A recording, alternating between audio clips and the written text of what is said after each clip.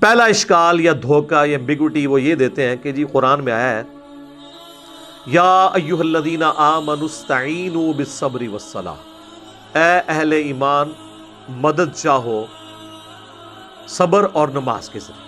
اور یہ پڑھتے آدھی آیت ہی ہے، آگے نہیں پڑھتے کیا لکھا ہوا ہے، اور کہتے ہیں اس سے ثابت ہوا کہ صبر اور نماز تو غیر اللہ ہے، تو آپ غیر اللہ سے مدد مانگ سکتے ہیں. تو ہم کہتے ہیں میرے بھائی تو آپ نے خود بھی کبھی نہیں مانگی، کبھی آپ نے کہا المدد یا نماز میری مدد فرمائیے، میری حاجت گیری کیجیے، یا صبر میری مدد فرمائیے. وہ خود ہی سوچ میں پڑ جاتے ہیں واقعی ہم نے تو یہ کبھی نہیں کہا. تو سر یہ آیت پوری پڑھیں، ان اللہ مع الصابرین، اللہ بے شک صبر کرنے والوں کے ساتھ ہے. یعنی صبر اور نماز وہ اعمال ہیں جو وسیلے کے طور پر اللہ تک پہنچنے کا ذریعہ ہے، مدد اللہ ہی سے مانگنی ہے. یہ تو ہماری دلیل ہے. صحیح بخاری میں نبی علیہ السلام نے جو ایک وظیفہ کیا کرتے تھے وہ رپورٹ کیا ابن عباس نے. وہ کہتے ہیں کہ ابراہیم علیہ السلام کو جب آگ میں ڈالنے لگے تھے نا، ابراہیم علیہ السلام بہت غیرت مند تھے توحید کے معاملے میں، تو انہوں نے اس وقت پکارا تھا حسبنا اللہ و نعم الوکیل، ہم نے اللہ ہی پر بھروسہ کیا، وہی بہتر کارساز ہے. اور ابن عباس کہتے ہیں تمہارے جد امجد ابراہیم بھی یہی کہا کرتے تھے، اور تمہارے نبی پہ بھی جب مشکل وقت آتا تھا وہ بھی یہی کہتے تھے حسبنا اللہ و نعم الوکیل. سر پورے قرآن میں انبیاء کی دعائیں ہیں کہ اس میں باب بزرگ کچھ بھی نہیں ہے، اور نہ کہیں تعلیم کیا گیا ہمیں کہ بابوں کو ڈال کے. انبیاء کی تعلیمات تو ہمیں سمجھانے کے لیے تھی، ایسا بھی نہیں. جامعہ ترمذی میں ایک حدیث ہے، اس کی صحیح سند المستدرک للحاکم میں ہے اور سنن نسائی الکبریٰ میں، کہ نبی صلی اللہ علیہ وآلہ وسلم ہر مصیبت اور پریشانی میں کہا کرتے تھے یا حی یا قیوم برحمتک استغیث، اے خود سے زندہ ہر چیز کو تھامنے والے میں تیری رحمت کے ساتھ تیری مدد کا سوال کرتا ہوں. اگر نون سے پڑھیں گے تو پھر جمع کا صیغہ ہو جائے گا، ہم سوال کرتے ہیں. نستغیث بھی درست ہے، استغیث بھی درست ہے. الحمدللہ. اچھا اب دوسرا اشکال سنیں جی. وہ کہتے ہیں جی عیسیٰ علیہ السلام کے بارے میں قرآن میں آیا ہے، انہوں نے کہا تھا من انصاری الی اللہ، تو قال الحواریون نحن انصار اللہ.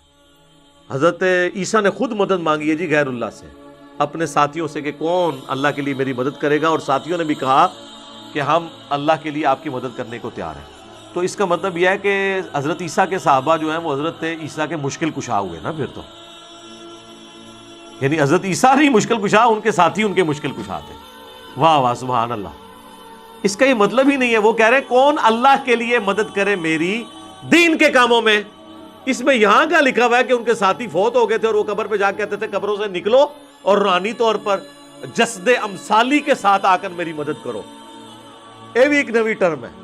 دوسری کہنا نا قاسم نوتوی صاحب 6 سال بعد کس طرح نکلے وہ دیوبند کی صلح کرانے کے لیے بیداری میں. وہ کہتے ہیں جسد امثالی کے ساتھ ایک نیا ان کو جسم ملا تھا تو اسے قبر نکلا ہے. اچھا بریلویوں کے بابے نکل آئے تو وہ شرک، دیوبندیوں کے نکل آئے تو توحید. اپنی عقل کا علاج کروائے. تو یہ تو بالکل ظاہری اسباب ہے. یہ وہی چیز ہے جو قرآن میں حکم ہے وَتَعَاوَنُوا عَلَى الْبِرِّ وَالتَّقْوَى وَلَا تَعَاوَنُوا عَلَى الْإِثْمِ وَالْعُدْوَانِ. نیکی پرہیزگاری کے کاموں میں ایک دوسرے کی مدد کرو، برائی کے کاموں میں نہ کرو. اس میں تو غیر اللہ کو غائب میں پکارا ہی نہیں جا رہا، نہ مرے ہوئے کو پکارا جا رہا ہے، نہ کسی دور والے کو جو سامنے موجود ہے. وہ تو سر آپ کافر سے بھی مدد لیں. صحیح بخاری میں حدیث ہے نبی علیہ السلام کی وفات اس حال میں ہوئی کہ آپ کی زرہ گروی رکھی ہوئی تھی یہودی کے پاس اناج کے بس، تو آپ کافر سے بھی مدد لیں ظاہری اسباب میں. لیکن یہ تو نہیں ہے کہ کوئی فوت ہو گیا ہے اور سامنے موجود نہیں، آپ اس کو مدد کے لیے پکار رہے ہیں. نہیں، وہ نہ آپ کسی جن کو پکار سکتے ہیں، نہ فرشتے کو، نہ کسی پیغمبر کو، نہ کسی بزرگ کو. اور یہ تو حضرت عیسیٰ کے ساتھی تھے نا. اس طرح کی آیت تو قرآن میں نبی صلی اللہ علیہ وسلم کے لیے بھی ہے. سورۃ الاعراف میں آیت نمبر 157 ہے جس میں اللہ تعالیٰ نے باقاعدہ حکم دیا ہے اہل ایمان کو کہ تمہارا ایمان اس وقت کامل ہوگا کہ جب تم نبی کی مدد کرو گے ان کے دین کے سلسلے میں. فَالَّذِينَ آمَنُوا بِهِ وَعَزَّرُوا، جو ان پر ایمان لے کر آئے پھر ان کی عزت کی، وَنَصَرُوا اور ان کی مدد کی، وَاتَّبَعُوا النُّورَ الَّذِي أُنزِلَ مَعَهُ اور پیروی کی اس قرآن نور کی جو ان کے ساتھ نازل ہوا، اولئک هم المفلحون، وہ ہے فلاح والے. ہم آج بھی نبی علیہ السلام کی مدد کر سکتے ہیں ان کے دین کی اشاعت کر کے. تو اس کا کیا مطلب ہے ہم رسول اللہ کے مشکل کشا ہو گئے؟ نہیں. ہم تو اپنی مشکل دور کرنے کے لیے اللہ کے دین کا جو ہے وہ کام کر رہے ہیں۔ تو یہ معنی کچھ اور تھا، اس کو بدل دیا۔ یقین کریں اگر یہ گوروں کو اردو آتی ہو نا تو کس طرح مذاق اڑائیں ان کی باتوں کا، کہ بات کیا تھی تو بنا انہوں نے کہاں سے کیا دی۔ تیسرا اشکال وہ کہتے ہیں جی سورۃ المائدہ میں آیا انما ولیکم اللہ ورسولہ والذین آمنوا، بے شک تمہارا پشت پناہ، تمہارا ولی، تمہارا دوست، تمہارا مددگار تو ہیں اللہ، اس کا رسول اور اہل ایمان۔ تو بالکل ہم مانتے ہیں۔ اس میں یہ کہاں سے ثابت ہو گیا کہ آپ ان کو پکار رہے ہیں؟ اہل ایمان حضور کے ساتھی، آپ کے ساتھ آپ کے مددگار تھے، بالکل ٹھیک ہے۔ یہ تو نہیں ہوا کہ حضور علیہ السلام نے خیبر کے موقع پر حضرت حمزہ کو پکارا ہو جو فوت ہو چکے ہوئے تھے احد میں، کہ آئے میری مدد فرمائے۔ حضرت علی صاحب نے موجود تھے، ان کو بلایا۔ تو بالکل دوست بھی ہیں، پشت پناہ بھی ہیں جو اویلیبل ہیں۔ آج کی ڈیٹ میں صرف اللہ کو مدد کے لیے پکاریں گے، اور اہل ایمان جو آپ کے سامنے موجود ہیں آپ ان کے ساتھ ساتھی ہوں گے۔ اور اس کو وہ سپورٹیو آیت ہے سورۃ الانفال کی آیت نمبر 62، ڈیسائسو ہے، بالکل واضح ہے۔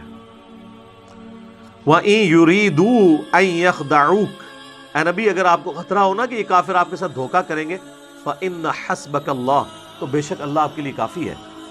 هُوَ الَّذِي أَيَّدَكَ بِنَصْرِهِ وَبِالْمُؤْمِنِينَ، وہ اللہ ہے جس نے اپنی طرف سے آپ کی مدد کی اور اہل ایمان کے ذریعے بھی آپ کی مدد کی، یعنی صحابہ کے ذریعے آپ کے ہاتھ مضبوط کیے۔ تو اس کا کوئی مطلب یہ لے گا کہ صحابہ حضور کے مشکل کشا تھے؟ نہیں، دین میں سپورٹیو تھے ظاہری اسباب کے طور پر۔ پھر اس کے آگے چل کے اللہ تعالیٰ نے کہا کہ ہم نے تو فرشتے بھی نازل کیے مدد کے لیے، لیکن کسی نے فرشتوں کو مدد کے لیے پکارا نہیں ہے ان جنگوں کے اندر۔ پھر 64 نمبر آیت میں آتا ہے یا ایھا النبی، اے اللہ کے نبی، حسبک اللہ، اللہ آپ کو کافی ہے، وَمَنِ اتَّبَعَكَ مِنَ الْمُؤْمِنِينَ، اور جو آپ کی اتباع کرنے والے مومنین ہیں وہ بھی آپ کو کافی ہیں۔ تو اس کا کیا مطلب ہے؟ حضور جو ہے وہ حسبنا اللہ و نعم الوکیل کی بجائے وہ اپنے صحابہ کا حسبنا پڑھتے تھے؟ نہیں، آپ کے سپورٹیو تھے دین کے حوالے سے، جس طرح آج کی ڈیٹ میں ہم بھی نبی علیہ السلام کے سپورٹیو ہیں، ہم ان کے دین کا کام کر رہے ہیں الحمدللہ، اور اللہ سے امید کرتے ہیں اللہ تعالیٰ ہمیں جنت الفردوس میں اپنے محبوب علیہ السلام کا ساتھ نصیب کرے گا انشاءاللہ۔ اللہم انا نسألک جنت الفردوس مع النبیین والصدیقین والشہداء والصالحین، آمین۔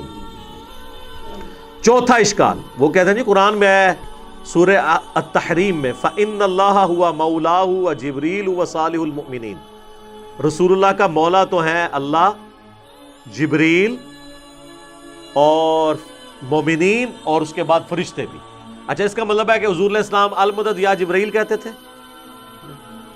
یعنی وہ ان کے پشت پناہ ہیں، جب اللہ تعالیٰ کسی کی ڈیوٹی لگاتا تھا وہ حضور کے ساتھ کام کرتے تھے، آپ کے صحابہ آپ کی خدمت گزاری میں تھے، یہ مطلب ہے۔ یہ تو نہیں کہ آج کی ڈیٹ میں آپ نے پکارنا ہے۔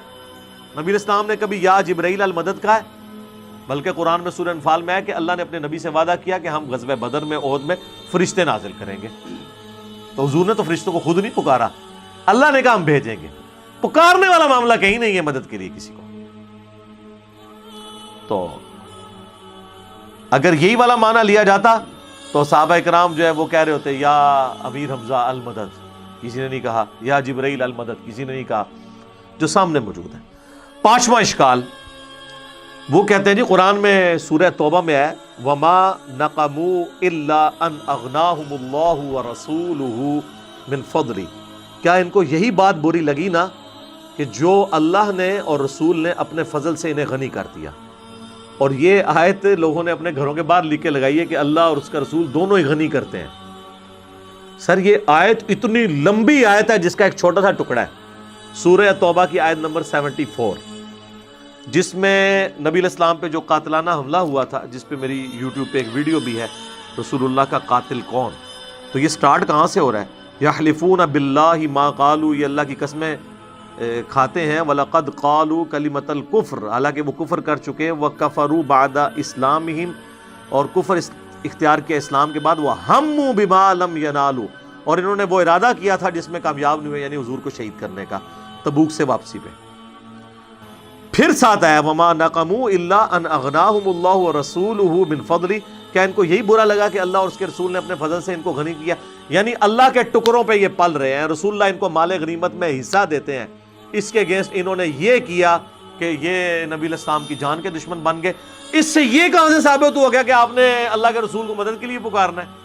یہ چیز ہی کچھ اور تھی اور انہوں نے کچھ اور بنا دی. کانٹیکسٹ بالکل واضح ہے.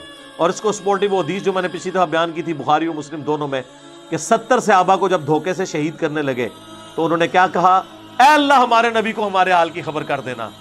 ہم اپنے رب سے مل رہے اس حال میں کہ ہم اپنے رب سے راضی، ہمارا رب ہم سے راضی، ہم حضور کے دین پر ثابت قدم ہیں. اے اللہ ہمارے نبی تک ہماری یہ خبر پہنچا دینا. اور بخاری کے الفاظ ہیں حضرت جبرائیل نے آ کے خبر دی. انہوں نے یہ بھی نہیں کہا کہ اے جبرائیل آپ خبر پہنچا دیں، یا رسول اللہ انظر حالنا، انہوں نے نہیں کہا.